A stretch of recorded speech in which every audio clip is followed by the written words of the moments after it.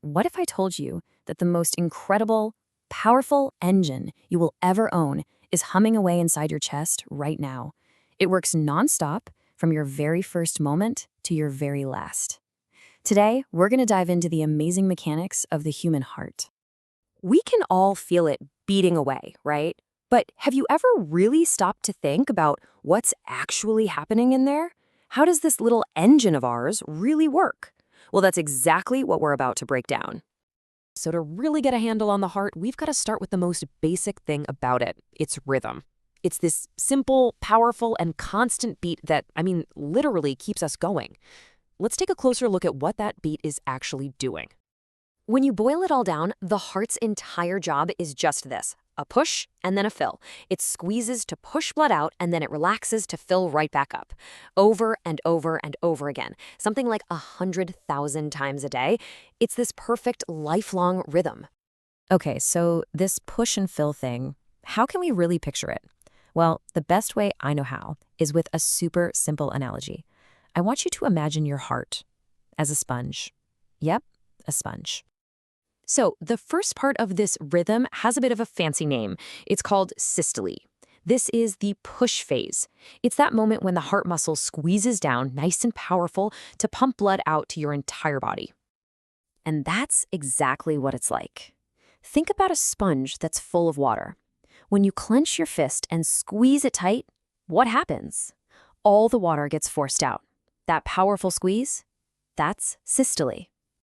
Okay. So what happens after the big push? Well, you've got the fill, and this phase is called diastole. This is when the heart muscle just relaxes. It lets go, allowing its chambers to fill all the way back up with blood, getting ready for that next big push. And think about our sponge again. After you squeeze it, you let go, right? And it immediately expands and soaks up more water.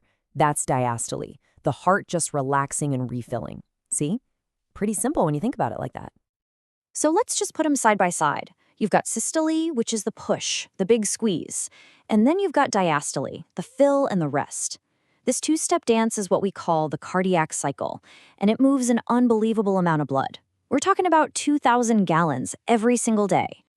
Right, so the heart is doing all this pushing. But what is that push actually creating out in the body? Well, that powerful squeeze is what leads to something we've all heard about: blood pressure. And blood pressure is really just what it sounds like. It's a measurement of that force. As your heart pumps all that blood into your arteries, the blood literally pushes against the artery walls. The strength of that push, well, that's your blood pressure.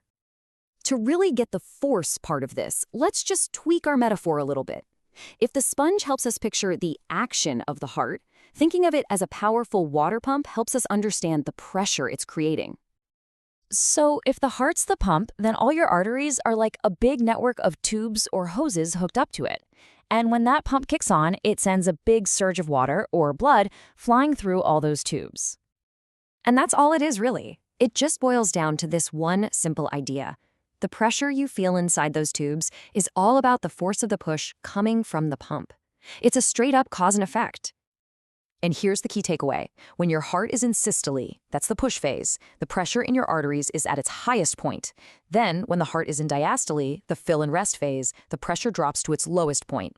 And that's why blood pressure is always two numbers, the high point and the low point of that one heartbeat. So we've got the rhythm, we've got the mechanics of the push and fill, and we've got the pressure that comes from it all. But so what? What's the point? Let's bring it all home and talk about why this amazing system is so important.